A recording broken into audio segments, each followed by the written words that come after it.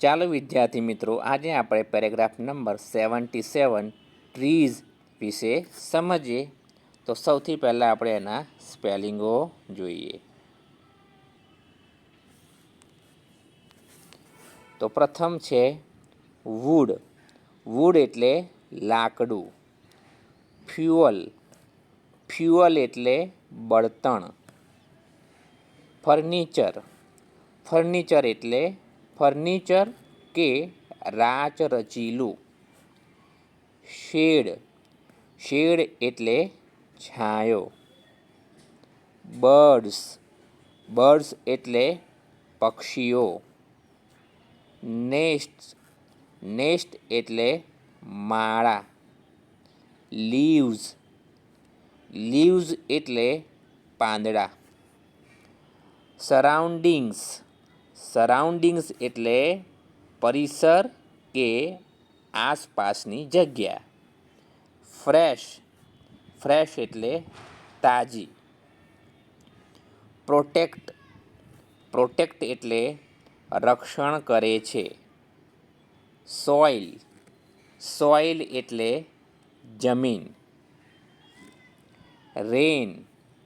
રેન એટલે વરસાદ. Should grow. Should grow એટલે ઉગાડવા જોઈએ. હવે સ્પેલિંગોને સમજ્યા પછી આપણે ફકરાને સમજીએ.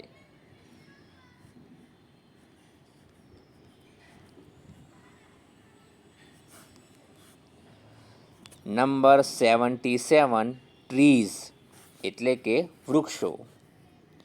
વી see many trees around us.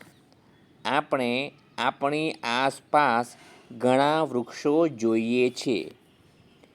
Trees are very useful to us.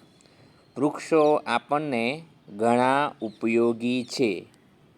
They give us flowers and fruits.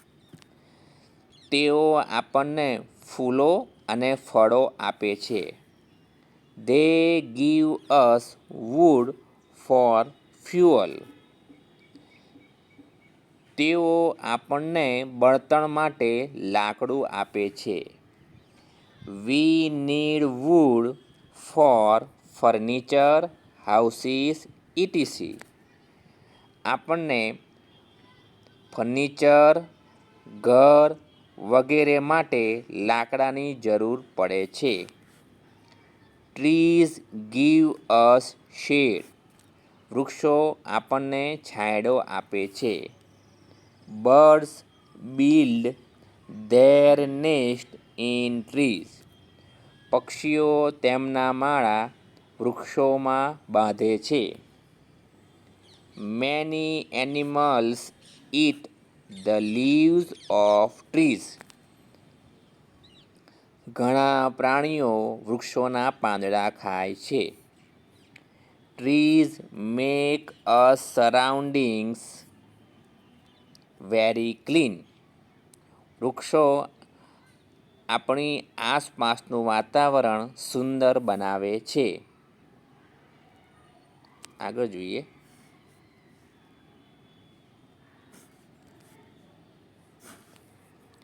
Trees keep the air fresh. વૃક્ષો હવા ચોખ્ખી રાખે છે. They protect the soil. તેઓ જમીનની રક્ષણ કરે છે. ધે હેલ્પ ટુ બ્રિંગ રેન. તે વરસાદ લાવવામાં મદદરૂપ થાય છે. We should grow more trees. આપણે વધારે વૃક્ષો ઉછેરવા જોઈએ. વી શુડ નોટ કટ ધેમ. આપણે તેમને કાપવા જોઈએ નહીં. તો આ રીતે તમે ફકરાને સમજી શકો.